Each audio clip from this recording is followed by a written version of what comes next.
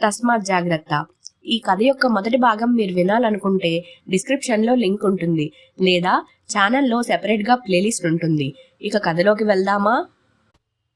Madam, అలా చేస్తే ప్రమాదాలు ఆగుతాయని నమ్ముతారా అంటూ అనుమానంగా అడిగాడు ఒక కానిస్టేబుల్. మైత్రి ఏదో చెప్పడానికి నోరు తెరుస్తుంటే ఈలోపు కుమార్, ఆగవు కానీ తగ్గుతాయి. ఎందుకంటే ఇప్పుడు మేడం చెప్పిన టైమింగ్స్ ట్రాఫిక్ పీక్ అవర్స్. ఇప్పటి వరకు నమోదైన ప్రమాదాల్లో సుమారు 80% వరకు ఈ టైంలోనే నమోదు అయ్యాయి అన్నాడు. కుమార్ కేసు విషయంలో ఆసక్తి చూపడంతో మైత్రికి కొంతవరకు వీళ్ళని చైతన్యపరచడంలో సఫలమయ్యానని కొంచెం హ్యాపీగా అనుకొని, ఎస్ మిస్టర్ కుమార్, ఆ టైంలోనే చాలా స్కూల్స్, కాలేజెస్, ఆఫీసెస్, ఫ్యాక్టరీస్కి వెళ్లే వాళ్ళు అధికంగా రోడ్డు మీద ఉంటారు. కేవలం మనం పెద్ద వాహనాలను ఆపితే సరిపోదు, చిన్న వాహనాలను కూడా కంట్రోల్ చేయాలి అంది. ఈలోపు, మేడం, నాకు అనుమానం. భారీ వాహనాల వల్ల కాకుండా మీరు చెప్పిన స్కూల్, కాలేజ్ అండ్ ఆఫీస్ బస్సుల వల్ల కూడా ప్రమాదాలు జరిగాయి కదా.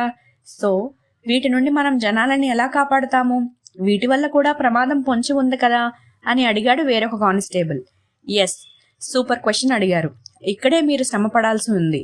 ప్రతి కూడలి, అదే జంక్షన్ దగ్గర ఒక ట్రాఫిక్ కానిస్టేబుల్తో పాటు 3 వాలంటీర్స్ ఉంటారు.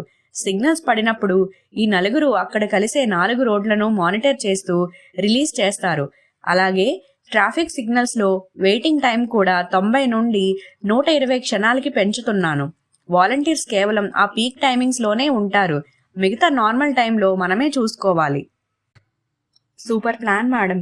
కానీ పనులు వదులుకొని ఎవరు వాలంటీర్స్గా పనిచేస్తారు, అది ఎండలో అని అడిగాడు అదే కానిస్టేబుల్. మీరందరూ మిగతా పనుల మీద దృష్టి పెట్టండి. వాలంటీర్స్ సంగతి నేను కుమార్ చూసుకుంటాము.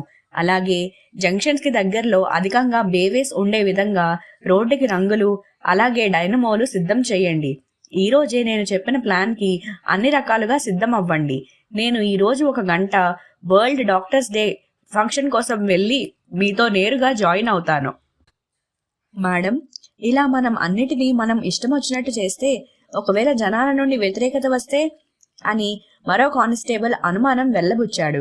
ఇప్పుడే కదా జనాలు మన మీద అసంతృప్తిగా ఉన్నారని మీరే అన్నారు. దానితో పాటు ఇదొకటి కూడా అని ఊరుకోండి. మనం ఈ ప్లాన్ కరెక్ట్గా అమలు చేస్తే మన మీద వాళ్ళకే నమ్మకం కుదురుతుంది అని సమాధానం చెప్పి కుమార్ వంక చూసింది. వెంటనే కుమార్, గైస్, మన సత్తా ఏంటో ఈ జనాలకి, మీడియాకి చూపించే అవకాశం వచ్చింది.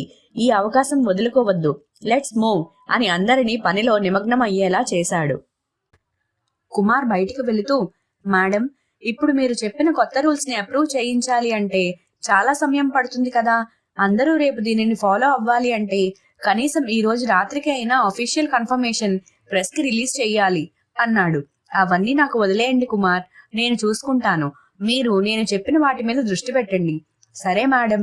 డైరీ, వాటర్, వెజిటబుల్ ట్రక్స్ ఉదయం 6 నుండి 7 లోపు వెళ్లేలాగా ప్లాన్ చేయండి. తప్పకుండా కుమార్, అవి కూడా నా లిస్ట్లోనే ఉన్నాయి. ఆ పని మీదనే నేను హోటల్కి వెళ్తున్నాను అని చెప్పి మైత్రి అక్కడి నుండి వెళ్ళిపోయింది. కుమార్కి మైత్రి ముందేమో ఏదో ఫంక్షన్ అని, ఇప్పుడు అఫీషియల్ వర్క్ అనడంతో అర్థం కాక అయోమయంగా అనిపించింది. తల విదిలించి ఆమె చెప్పిన పనులు పూర్తి చేయడం కోసం వెళ్ళాడు. హోటల్ చేరిన మైత్రి తన పని ముగించుకొని నేరుగా హైదరాబాద్ కమిషనరేట్ దగ్గరకు వెళ్లి తను అనుకున్న రూల్స్తో అప్రూవల్ అయిన ప్రెస్ నోట్ రిలీజ్ చేసింది. ఈలోపు కుమార్ తన టీంతో అన్నింటికీ రంగం సిద్ధం చేశాడు. సాయంత్రం అయ్యింది. ఒక్క కేసు కూడా నమోదు కాలేదు. ఈ విషయం అందరి మనసులో ఎక్కడో చిన్న సంతోషం మొలకెత్తింది. అలాగే అందర్నీ అయోమయానికి గురిచేసింది. ఇంకా ప్లాన్ అమలు చేయకుండానే ఒక రోజు మొత్తం ఒక్క యాక్సిడెంట్ కూడా లేకుండా ఉండడం దాదాపు 3 నెలల్లో ఇది మొదటిసారి. ప్రెస్ నోట్ సోషల్ మీడియాలో వార్తల్లో ట్రెండ్ అయ్యింది. అర్ధరాత్రిలోగా సిటీ మొత్తం వార్త పాకింది. కుమార్ స్టేషన్లో వేరే ఏదో కేస్ ఫైల్ చూస్తూ ఉంటే మైత్రి లోపలికి వచ్చింది.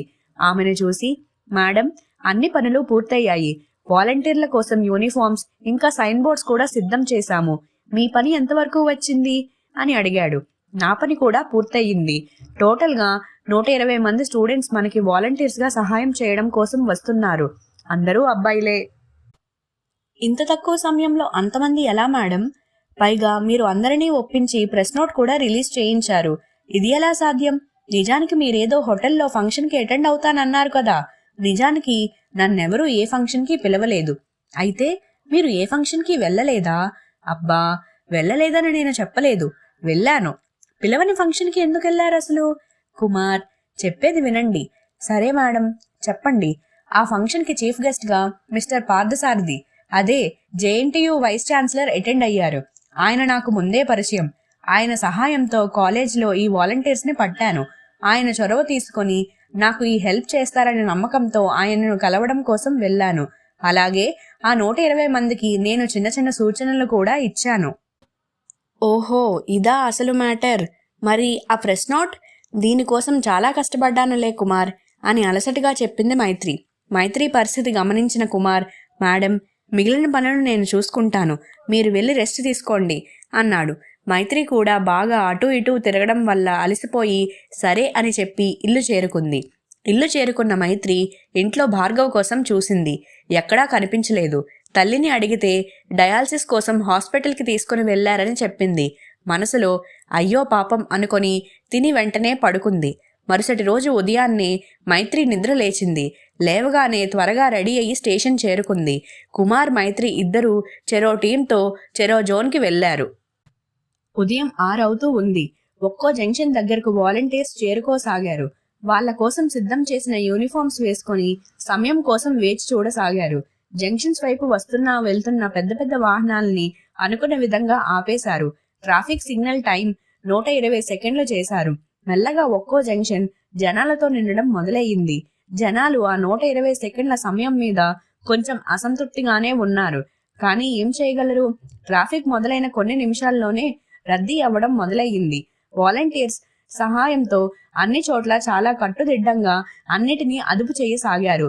వచ్చిన స్టూడెంట్స్ కూడా చాలా చాకచక్యంగా మైత్రి ఇచ్చిన సూచనలను పాటిస్తూ చాలా బాగా నియంత్రణ చేస్తున్నారు. మీడియా వాళ్ళు జరుగుతున్న దృశ్యాలను వీడియో తీస్తూ ఎక్కడ తప్పు జరుగుతుందో, రేటింగ్ ఎప్పుడు పెంచుకోవాలో అన్న విధంగా చూడసాగారు. కానీ ఒక్క తప్పు కూడా జరగలేదు. ఉదయం పీక్ అవర్స్ ముగిశాయి. ఒక్క ప్రమాదం కూడా జరగలేదు. భారీ వాహనాలకు అనుమతి ఇచ్చారు. ఒక్కొక్కటి రోడ్డెక్కి గమ్యం వైపు కేవలం 30 కిలోమీటర్ల కంటే తక్కువ వేగంతో వెళ్లసాగారు. ఈలోపు మధ్యాహ్నం రష్ అవర్స్ వచ్చాయి. ఎంతో విజయవంతంగా పూర్తి చేశారు. ఇలా అనుకున్న విధంగా రోజంతా ఒక్క ప్రమాదం జరగకుండా ఆపారు. సమయం రాత్రి 10 దాటింది. అన్ని పీక్ అవర్స్ ముగియడంతో మైత్రి అందరికీ స్పెషల్ థ్యాంక్స్ చెప్పి, మనం ఇలానే మరికొన్ని రోజులు కష్టపడితే ఒక్క ప్రమాదం కూడా జరగకుండా ఆపొచ్చు అని చెప్పింది. మెల్లగా ఒక్కొక్కరికి నమ్మకం మొదలైంది. తాను అనుకున్న పనిలో కొంచెం విజయం సాధించానని సంతోషంగా ఇంటికి చేరుకుంది మైత్రి. ఇంట్లో భార్గవ్ ఉన్నాడు. నేరుగా వాడి దగ్గరకు వెళ్ళి డిప్ప మీద ఒకటిచ్చి, చూసావా నా ట్రాఫిక్ రూల్స్, బండి నడిపేటప్పుడు చాలా జాగ్రత్తగా ఉండాలి అని అంది. ఈలోపు శారద బయటకు వచ్చి, వచ్చావు, త్వరగా రెడీ అయి వస్తే తిందాము, ఇప్పటికే 10 దాటింది, నువ్వు వస్తే నీతో కూర్చుని తినాలని నేను వీడు వెయిటింగ్ అని అంది. ఆ మాట వినగానే వెంటనే రెడీ అయ్యి అందరూ భోజనాల ముందు కూర్చున్నారు. అమ్మా, నిన్ను నేను ఒక విషయం మెసేజ్ చేయమని చెప్పాను, మర్చిపోయావు. అంతేలే, కొత్త ఫ్రెండ్స్ ఎక్కువయ్యారు నీకు అంటూ సరదాగా భార్గవ్ వంక చూసింది. భార్గవ్ ఏమాత్రం సంతోషంగా లేడని అర్థమయ్యింది. ఏమైంది అన్నట్టు శారద వంక చూసింది. శారద కూడా ఏమీ చెప్పకుండా కళ్ళు ఆపి సైగ చేసింది. భార్గవ్ అన్నం తిని నీరసంగా వెళ్ళిపోయాడు. అమ్మా, ఏమైంది? వాడేంటి అలా ఉన్నాడు? వాడికి ఇంకో 3 నెలలు మాత్రమే టైం ఉందంట అని బాధగా చెప్పింది. నిజమా? అయినా వాడు హ్యాపీగా చలాకీగా ఉంటాడని చెప్పావు కదా, మరేంటి ఇలా డల్గా? ఇందాక వాళ్ళమ్మని నేను పేపర్స్ అడిగాను, ఫోటో తీసి పంపడం కోసం. అప్పుడు ఆవిడ బాధపడుతూ అన్ని విషయాలు చెప్పింది. ఆమె అలా చెప్పడం వీడు విన్నాడు. అప్పటి నుండి ఇలా డల్గా ఉన్నాడు. అయ్యో, విన్నాడా? అందులో వాళ్ళమ్మ తప్పేముంది? విషయం అది కాదు. మనకి ఇంకా వాడి గురించి తెలియకుండానే వాడిని సాధారణ కుర్రాడు అనుకుని సరదాగా మాట్లాడామని ఇప్పటి వరకు అనుకున్నాడు. కానీ ఇప్పుడు వాడి మీద జాలితో లేని ప్రేమని నటిస్తున్నామని వాడి అనుమానం. అయ్యో, ఎందుకలా? అదేం లేదని వాడంటే ఇష్టమని చెప్పొచ్చు కదా. చెప్పినా వాడు వినడు. సర్లే, నేను ఉదయం వెళ్ళి వాడితో మాట్లాడతాను, నువ్వు ఆ ఫొటోస్ నాకు పంపేయ్ అని చెప్పి భార్గవ్ గురించి ఆలోచిస్తూ పడుకుంది. భార్గవ్ గురించి ఆలోచిస్తూ ఆ రోజంతా ట్రాఫిక్లో ఉండి ప్రమాదాల గురించి ఆలోచిస్తూ ఉండడం వల్ల కలలో భార్గవ్ బైక్ యాక్సిడెంట్ వల్ల మరణించినట్టు వచ్చింది. ఒక్కసారిగా మైత్రి గుండె వేగం పెరిగి మెలకువ వచ్చింది. నిజం కాదని తెలుసుకొని వెంటనే గ్లాసు మంచినీళ్లు తాగి కొద్దిగా స్థిమితపడి పడుకుంది. పడుకున్న 10 నిమిషాల్లోనే అలారం లాగా అమ్మ వచ్చి లేపింది. మైత్రికి సరిగ్గా నిద్ర పట్టలేదు. తల అంతా దిమ్ముగా ఉంది. అయినా గాని రెడీ అయ్యి స్టేషన్ చేరుకుంది. ఇలా 3 రోజులు గడిచాయి. ఒక్క ప్రమాదం కూడా నమోదు కాలేదు. అందరికీ పోలీసుల మీద నమ్మకం కుదిరింది. నేషనల్ మీడియాలో కూడా పాజిటివ్ గా న్యూస్ వచ్చింది. స్టూడెంట్స్ నుండి చాలా మంచి సపోర్ట్ దొరికింది. భార్గవ్ కూడా మళ్ళీ నార్మల్ అయ్యాడు. భార్గవ్ మైత్రికి మరింత నచ్చాడు. శారద వాడిలో తన కొడుకు ఉంటే ఇలా ఉండేవాడేమో అని చూసుకుంటుంది. మైత్రి ఎప్పుడు ప్రెస్ మీట్ లో ఇది కేవలం మా టీం వర్క్ అని మాత్రమే చెప్పేది. అందువల్ల ఆమె మీద అందరికీ గౌరవం పెరిగి ఇంకా బాధ్యతగా డ్యూటీ చేయసాగారు. మరో 2 రోజుల తర్వాత కుకట్పల్లి మెట్రో దగ్గర ట్రాఫిక్ జంక్షన్ లో రెడ్ సిగ్నల్ పడింది. స్టూడెంట్స్, ట్రాఫిక్ కానిస్టేబుల్ మంచి చాకచక్యంతో నియంత్రణ చేశారు. గ్రీన్ సిగ్నల్ పడింది. ఒక బైక్ మీద వెళ్తున్న వ్యక్తి అదుపు తప్పి రాంగ్ రూట్ లో నేరుగా లారీని గుద్దడానికి వెళ్లసాగాడు. బైక్ ని గమనించిన ఒక స్టూడెంట్ పరుగున అతని దగ్గరకు వెళ్లి బైక్ బ్రేక్ గట్టిగా నొక్కాడు. బండి స్కిడ్ అయి ఇద్దరూ కింద పడ్డారు. చాలా చిన్న ప్రమాదం. వెంటనే మిగతా వాళ్ళు అప్రమత్తమై ఇద్దరిని పైకి లేపే ప్రయత్నం చేశారు. కానీ ఆ వ్యక్తి లేవడం లేదు. స్పృహ తప్పాడేమో అనుకొని ప్రథమ చికిత్స చేయడానికి ప్రయత్నం చేశారు. కానీ అతను స్పందించడం లేదు. కొన్ని నిమిషాల తర్వాత అంబులెన్స్ వచ్చింది. అతను చనిపోయాడని నిర్ధారణ చేసుకొని పోస్ట్ మార్టం కోసం హాస్పిటల్ కి తీసుకొని వెళ్లారు. విషయం చాలా త్వరగా మీడియాలో వేగంగా వ్యాపించి సిటీ మొత్తం తెలిసిపోయింది. చాలా రోజుల తర్వాత రోడ్డు ప్రమాదంలో వ్యక్తి మరణించడం కావడంతో పట్టు బదిలేసిన పోలీసులు అంటూ మీడియాలో కథనాలు ప్రచారం చెయ్యసాగారు. విషయం తెలుసుకున్న మైత్రి, కుమార్ ఇద్దరూ హాస్పిటల్ చేరుకున్నారు. శవాన్ని పరిశీలించారు. వంటి మీద ఒక్క గాయం కూడా లేదు. కేవలం భుజం మీద రోడ్డు గీరుకున్న మచ్చలు తప్ప. ప్రెస్ వాళ్ళు హాస్పిటల్ చేరుకున్నారు. మేడం, ఇప్పటి వరకు చాలా గొప్పగా మీ టీం గురించి చెప్పారు. మరి ఇప్పుడు జరిగిన వైఫల్యానికి కారణం కూడా మీ టీమే అంటారా, లేదా మీ మీద వేసుకుంటారా అని వెటకారంగా అడిగాడు ఒక విలేకరి కోపంగా. చూడండి, ముందు ఒక విషయం క్లారిటీగా అర్థం చేసుకోండి. అక్కడ ప్రమాదం జరగలేదు. ప్రమాదం జరగబోతుంటే వాలంటీర్ ప్రాణాలకు తెగించి అతనిని కాపాడాడు. అతను ప్రమాదంలో చిన్న గాయంతో తప్పించుకున్నాడు. కానీ అతను మరణించాడు. అతను ఎందుకు మరణించాడో మనకి ఇంకా పూర్తి వివరాలు తెలియదు. సో మీరు తప్పుడు వార్తలు ప్రచారం చేస్తే మీడియా మీద నేను కొత్త రూల్స్ సిద్ధం చేసుకోవాల్సి వస్తుంది అని మైత్రి గట్టిగా చెప్పింది. అంతే. వెంటనే ఛానల్స్ లో సహనం కోల్పోయిన స్పెషల్ ఆఫీసర్ అని డిబేట్స్ పెట్టడం మొదలు పెట్టారు. ఈలోపు కుమార్ని పిలిచి సంఘటన జరిగిన సమయంలో రికార్డ్ అయిన సీసీటీవీ ఫుటేజ్ తీసుకుని రమ్మని చెప్పి స్టేషన్ కి వెళ్లిపోయింది. కుమార్ పోస్ట్ మార్టం కూడా అయ్యేంత వరకు అక్కడే ఉండి రిపోర్ట్ కూడా తీసుకుని ఆమె అడిగిన వీడియో సేకరించి పెన్ డ్రైవ్ లో భద్రపరిచి మైత్రికి ఇచ్చి బయటికి వెళ్లసాగాడు. కుమార్ని గమనించి, కుమార్, బయట ఉన్న ఆ స్టూడెంట్ ని వెంటనే లోపలికి రమ్మను. అలాగే నువ్వు కూడా వచ్చి కూర్చో. నీతో కొన్ని విషయాలు మాట్లాడాలి అంది మైత్రి. కుమార్ విచిత్రంగా చూశాడు. కేసు గురించి మాత్రమే అని చెప్పడం కోసం ఫైల్ ఎత్తి చూపించింది. ఫైల్లో ఉన్న పోస్ట్ మార్టం రిపోర్ట్స్ అన్ని కింద పడ్డాయి. వాటిని అలానే పైన పెట్టింది. కుమార్ స్టూడెంట్ ని తీసుకుని వచ్చి అతను కూడా కూర్చున్నాడు. నీ పేరేంటి? మేడం, నా పేరు భద్ర. చెప్పు, అసలు అక్కడ ఏం జరిగింది అని అడిగింది మైత్రి. మేడం, నేను ఎప్పటిలాగా మీరు చెప్పిన విధంగా ఎక్కువగా బైక్స్ మీద నిఘా పెట్టాను. అందులో భాగంగా బైక్స్ వంక చూస్తూ ఉంటే ఒక అంకుల్ గ్రీన్ సిగ్నల్ పడగానే బండిని రైస్ చేసి క్లచ్ రిలీజ్ చేశాడు. బండి ముందుకు కదలగానే హ్యాండిల్ రాంగ్ రూట్ లోకి వెళ్ళబోయింది. నేను పక్కనే ఉండడం వల్ల గమనించి బండి హ్యాండిల్ పట్టుకొని ఆపడం కోసం గట్టిగా బ్రేక్ నొక్కాను. అతను నా మీద వచ్చి పడ్డాడు. బండి మా ఇద్దరి మీద పడింది. అంతే. అతను నీ మీద పడే లోపు స్పృహలోనే ఉన్నాడా లేదా? లేదు మేడం, నేను గమనించలేదు. ఎందుకంటే ప్రమాదం జరగకుండా ఉండడం కోసం నేను బైక్ని మాత్రమే కంట్రోల్ చేస్తూ అతని మీద దృష్టి పెట్టలేదు. అయినా అతను రోడ్డుకి గట్టిగా ఢీ కొట్టలేదు కూడా. ముందు నా మీద పడి ఆ తర్వాత రోడ్డు మీద పడ్డాడు. అతను చనిపోతాడని నేను ఊహించలేదు. సరే భద్ర, నువ్వెళ్ళు. కుమార్, ఆ ఫుటేజ్ తీసుకుని వచ్చారా? Yes madam.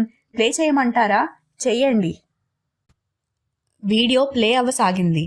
ఇద్దరు చాలా నిశితంగా పరిశీలించసాగారు. 1కి 10 సార్లు వీడియో చూశారు. కుమార్, నీకేమనిపిస్తుంది?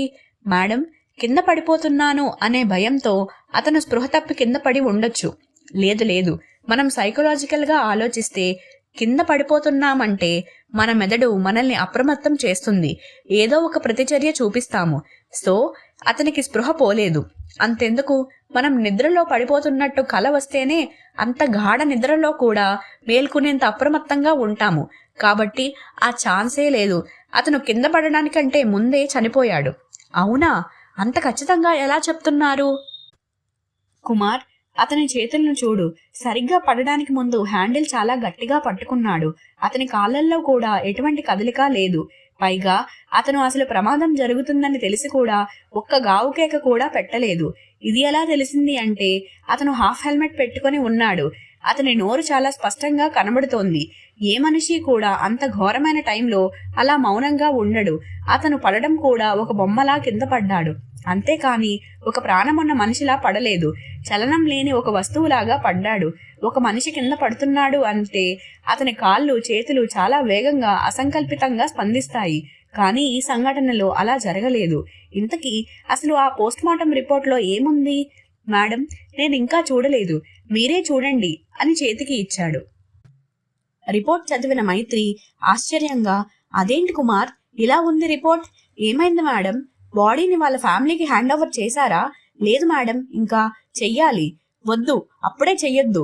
నువ్వు వెంటనే పోస్ట్మార్టం చేసిన డాక్టర్ని, అలాగే ఆ రిపోర్ట్ సిద్ధం చేసిన ఆపరేటర్ని ఇద్దరిని అదుపులోకి తీసుకో. ఏమైంది మేడం? ముందు చెప్పింది చెయ్యి. అన్ని విషయాలు తర్వాత మళ్ళీ చెప్తాను. సరే మేడం అని కుమార్ వేగంగా అక్కడికి చేరుకున్నాడు. మైత్రి కింద పడిన పోస్ట్మార్టం రిపోర్ట్స్ అన్నిటినీ పెట్టిన చోటు నుండి ఒక్కొక్కటిగా తీసి చూస్తూ వాటిలో ఒక తేడాని గమనించింది. వెంటనే అన్నిటినీ తీసుకుని కుమార్కి కాల్ చేసి ఆ ఇద్దరిని స్టేషన్కి తీసుకుని రమ్మని చెప్పింది. కుమార్ వాళ్ళిద్దరిని అదుపులోకి తీసుకుని స్టేషన్కి తీసుకుని వచ్చాడు. ఇంట్రాగేషన్ రూమ్లో మైత్రికి ఎదురుగా ఇద్దరూ కూర్చున్నారు. కుమార్ పక్కనే కూర్చుని గమనించసాగాడు. డాక్టర్, మీ పేరేంటి? నా పేరు సూర్య. అయినా మీరు నన్ను ఇక్కడికి ఎందుకు తీసుకొచ్చారో తెలుసుకోవచ్చా? చెప్తాను. నీ పేరు? వసంత్ మేడం. మీరిద్దరూ ఎన్ని ఏళ్లుగా కలిసి పనిచేస్తున్నారు? అవన్నీ మీకెందుకు మేడం? మీరు నన్ను ఇక్కడికి ఎందుకు తీసుకొచ్చారో ముందు ఆ విషయం తెలుసుకోవచ్చా? చెప్తాను అని చెప్పాను కదా. మేడం, విషయం ఏంటో చెబితే గాని నేను మాట్లాడను. అవునా అని కుమార్ వంక చూసింది. కుమార్ వేగంగా డాక్టర్ దగ్గరకు వచ్చి డాక్టర్ చెంప మీద కొడుతున్నట్లుగా చెయ్యి లేపి ఆపరేటర్ చెంప మీద లాగి పెట్టి కొట్టాడు. ఇప్పుడు చెప్పండి, మీరిద్దరూ ఎన్ని ఏళ్లుగా కలిసి పనిచేస్తున్నారు? ఏంటి, భయపడుతున్నారా? ఒక ప్రభుత్వ ఉద్యోగిని, అది డ్యూటీలో ఉన్న డాక్టర్ని అరెస్ట్ వారెంట్ కూడా లేకుండా మీరు ఇలా తీసుకువచ్చి కొట్టడం మీ ఎథిక్స్కి వ్యతిరేకం. దీనికి మీరు కోర్టులో సంజాయిషీ చెప్పుకోవాలి. ఎథిక్స్ గురించి మీరు మాట్లాడుతున్నారా డాక్టర్ అంటూ మళ్ళీ కుమార్ వంక చూసింది. ఈసారి డాక్టర్ గూబ వాయించింది. వీళ్ళు మన మాటలకి లొంగేటట్టు లేరని మనసులో అనుకుని సుమారు 15 సంవత్సరాలు అని చెప్పాడు. అవును, ఇందాక మీరేదో ఎథిక్స్ అన్నారు కదా, అసలు మీరు మీ మెడికల్ డిగ్రీలో మెడికల్ ఎథిక్స్ అనే సబ్జెక్ట్లో పాస్ అయ్యారా? నేను గోల్డ్ మెడలిస్ట్ని. అబ్బో, పాస్ అయ్యే ఉంటారు, కానీ చాలా రోజులు అయింది కదా, మర్చిపోయి ఉంటారు. లేకపోతే ఇలా ఎథిక్స్ లేకుండా ఎలా తప్పుడు సమాచారం ఇస్తారు? అది కూడా ఒక పోలీస్కి. తను చేసిన తప్పు మైత్రికి తెలిసిపోయిందని అర్థమయ్యి వణుకుతున్న గొంతుతో, నేనేం చేశాను మేడం అన్నాడు.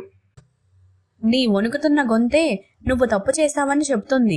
ఈ రోజు జరిగిన యాక్సిడెంట్లో ఆ వ్యక్తి చనిపోవడానికి కారణమేమిటి?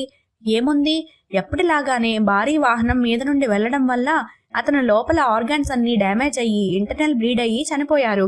మీకు అసలు విషయం తెలియదు అనుకుంటాను. మీకు యాక్సిడెంట్ కేసు అని చెప్పారు గాని అతను వాహనం కింద పడి చనిపోలేదు. అతను చావుకు కారణం అసలు అది కాదు. కనీసం డెడ్ బాడీని కూడా చూడకుండా పోస్ట్మార్టం అన్న పేరుతో అక్కడున్న వార్డ్ లేబర్తో శవాన్ని ముక్కలుగా కొట్టించి పార్సల్ చేయించి ఇలాంటి తప్పుడు సమాచారం ఇస్తారా? ఇప్పుడు చెప్పండి, ఎవరికి ఎథిక్స్ లేవో? ఏం వసంత్, నువ్వు ప్రతిసారి పోస్ట్మార్టం రిపోర్ట్ని సిద్ధం చేయడానికి బద్ధకం వచ్చి పాత పోస్ట్మార్టం రిపోర్ట్నే కాపీ పేస్ట్ చేసి కేవలం చనిపోయిన వాళ్ళ పేర్లు మార్చి చేతులు దులుపుకున్నావు. నిజానికి మీ ఇద్దరినీ చూస్తుంటే నాకు చాలా అసహ్యంగా ఉంది. మేడం, అది అని సూర్య ఏదో చెప్పబోతుంటే, మీరింకేం చెప్పొద్దు. ఇప్పుడైనా పోస్ట్మార్టం ఒళ్ళు దగ్గర పెట్టుకుని చేసి నిజాలు ఏంటో చెప్పి మీ వృత్తికి ఉన్న విలువ కాపాడుకోండి. మీతో పాటు మా కానిస్టేబుల్ కూడా వస్తాడు.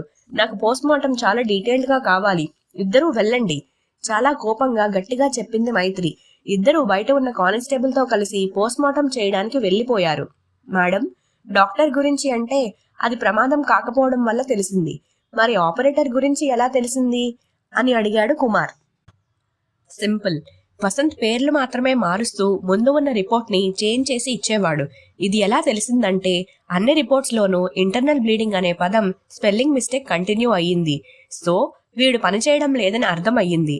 అలాగే ఆ డాక్టర్ కూడా డ్రాఫ్ట్ ఇవ్వకుండా వదిలేయడం వల్ల వీడు ముందు ఉన్న రిపోర్ట్ని మక్కి దించడం వల్ల అర్థమయ్యింది. డాక్టర్ డ్రాఫ్ట్ ఇచ్చి ఉంటే ప్రొసీజర్ పైన కింద అయ్యేది. ఓహో, సూపర్ మేడం. మరి ఇతను ఎలా చనిపోయాడని మీరు అనుకుంటున్నారు? నేను ఏమీ ఊహించలేకపోతున్నాను. ముందు అయితే ఆ పోస్ట్మార్టం రిపోర్ట్ సిద్ధం కాని, అప్పుడు చూద్దాం. సిటీలో మళ్ళీ ఎక్కడైనా ప్రమాదం జరిగిందా? లేదు మేడం, మన వాళ్ళు స్టూడెంట్స్తో కలిసి చాలా అలర్ట్గా ఉన్నారు. గుడ్. మరో వారం రోజులు ఎటువంటి ప్రమాదం లేకుండా ఉంటే పోయిన మన పరువు జనాల్లో తిరిగి వస్తుంది. అవును మేడం అని కుమార్ చెప్తుండగా ఒక ఫోన్ వచ్చింది. కాల్ మాట్లాడుతూ ఉంటే కుమార్ ముఖంలో టెన్షన్ స్పష్టంగా కనబడుతుంది. ఏమైందో అర్థం కావడం లేదు. కుమార్ కాల్ పెట్టేసి మేడం ఒక బ్యాడ్ న్యూస్ అని సాగదీశాడు. ఏమైంది కుమార్ అని కొంచెం కంగారుగా అడిగింది. మేడం, 10 నిమిషాల క్రితం వాలంటీర్స్గా వర్క్ చేస్తున్న సోము, రాజు అనే 2 స్టూడెంట్స్ మీదకి అదుపు తప్పిన కారు దూసుకొని పోయింది. కార్ డ్రైవర్, 2 స్టూడెంట్స్ అక్కడికక్కడే మరణించారు. మీడియా వాళ్ళు గోలగోల చేస్తున్నారు. మన వాళ్ళు ట్రాఫిక్ క్లియర్ చేస్తూ ఉన్నారు. మైత్రికి ఒక్కసారిగా మతిపోయింది. కుమార్, పద అక్కడికి వెళ్దాము. పరిస్థితి ఎలా ఉందో చూద్దాము. బాడీలను నేరుగా హాస్పిటల్ దగ్గరికే తీసుకొని వస్తారు. మనం కూడా డైరెక్ట్గా అక్కడికే వెళ్దాము. సరే కుమార్, బండితి. ఇద్దరూ కలిసి హాస్పిటల్ చేరుకున్నారు. మెల్లగా ఆసుపత్రి వార్డులోకి వెళ్లారు. మైత్రికి స్టూడెంట్స్ అమ్మా నాన్నల ఏడుపు చాలా స్పష్టంగా వినబడుతుంది. మైత్రి బుర్ర ఒక్కసారిగా వేడెక్కింది. మైత్రిని చూసిన తల్లిదండ్రులు ఆమె మీద దాడి చేయడానికి ప్రయత్నం చేస్తే చుట్టూ ఉన్న కానిస్టేబుల్స్ వాళ్ళని ఆపారు. రాజు వాళ్ళ నాన్న, శుభ్రంగా చదువుకునే కుర్రాడిని ఎండలో నిలబెట్టి పని చేయించుకున్నావు. వద్దురా వద్దు వాళ్ళమ్మ అంటుంటే, ఇది మన బాధ్యత అమ్మా, కొత్త ఆఫీసర్ చాలా మంచావిడ, నాకేం కాదులే అంటూ రోజు ఆ ఎండలో నిలబడి మరో పక్క చదువుతూ ఇంటికి వచ్చేసరికి వడిలిన తోటకూర కాడలా అయ్యేవాడు. వాడిని అలా చూస్తే కడుపు తరుక్కుపోయేది. నీడచాటున చదువుకునే బిడ్డ ఎవరి మాటో విని ఇలా ఎండల పాలు అయ్యాడని అనుకున్నాను. కానీ అసలు మాకే కాకుండా పోతాడని అనుకోలేదు. దీనికంతటికీ నువ్వే కారణం. నీ అంతు చూస్తాను అంటూ గుండెలు బాదుకొని ఏడ్చాడు. అలా ఒక్కసారిగా అతను ఆ స్టూడెంట్స్ చావుకి తనే కారణం అనడం అసలే షాక్లో ఉన్న మైత్రి మరింత గందరగోళానికి గురయ్యింది. పక్కనే ఉన్న ప్రెస్ వాళ్ళు, మేడం, నిజంగా వాళ్ళ చావు వెనుక కారణం మీదేనా? ఈ సంఘటన వల్ల మిగతా స్టూడెంట్స్ అందరూ కూడా వాలంటీర్స్గా తప్పుకుంటారా? అలా అయితే మళ్ళీ ప్రమాదాలు ఎక్కువవుతాయంటారా? ప్రమాదాలను నివారించడంలో వీళ్ళు చాలా ముఖ్య పాత్ర పోషించారు. అలాంటిది వీళ్ళకి కూడా రక్షణ లేకపోతే ఎలా? ఇది మీ వైఫల్యంగా భావిస్తున్నారా? మీ తదుపరి చర్య ఏంటి? మృతుల కుటుంబాలకు సంతాపం చెప్పి చేతులు దులుపుకుంటారా? లేదా వాళ్ళకి నష్టపరిహారం ఇప్పిస్తారా? అంటూ ప్రశ్నల వర్షం కురిపించారు. కుమార్ అందరినీ అడ్డు తొలగిస్తూ, మేడం, మీరేమీ వీళ్ళకి సమాధానం చెప్పాల్సిన అవసరం లేదు. మీరు పదండి, మనం వాళ్ళని చూద్దాము అన్నాడు. వద్దు కుమార్, వీళ్ళకి సమాధానం ఎలా చెప్పాలో నాకు తెలుసు అని ప్రెస్ వాళ్ళతో, ఇప్పుడు జరిగిన సంఘటన యాదృచ్ఛికం, దానిని ఎవరూ ఊహించలేరు. ఏం జరిగినా జనాల సేఫ్టీనే మాకు ముఖ్యం. ఇప్పుడు జరిగిన సంఘటన పరిస్థితుల మీద ఎటువంటి ప్రభావం చూపదు. 3 వారాల నుండి ట్రాఫిక్ ని ఎలా నియంత్రణ చేశామో అలాగే ఇప్పుడు కూడా నియంత్రణ చేస్తాము. ఇంతకు మించి నేను ఎక్కువ మాట్లాడను అని చెప్పి అక్కడి నుండి నేరుగా స్టేషన్ చేరుకుంది. కుమార్ మెల్లగా ఆ తల్లిదండ్రులను ఓదార్చి ప్రెస్ వాళ్ళకి సమాధానం చెప్పి అక్కడ నుండి స్టేషన్ చేరుకున్నాడు. లోపల మైత్రి టీవీలో న్యూస్ చూస్తూ ఏదో ఆలోచిస్తూ ఉంది. న్యూస్లో బెడిసి కొట్టిన కొత్త ఆఫీసర్ వ్యూహాలు, ఆమె వ్యూహంలో జింకలుగా బలి అయిన 2 స్టూడెంట్స్, ఏ ప్రమాదాలు ఆపాలని వాళ్ళని పిలిచారో అదే ప్రమాదంలో వాళ్ళ మృతి చెందడం తీవ్ర దిగ్భ్రాంతికి గురయ్యారు మృతుల తల్లిదండ్రులు.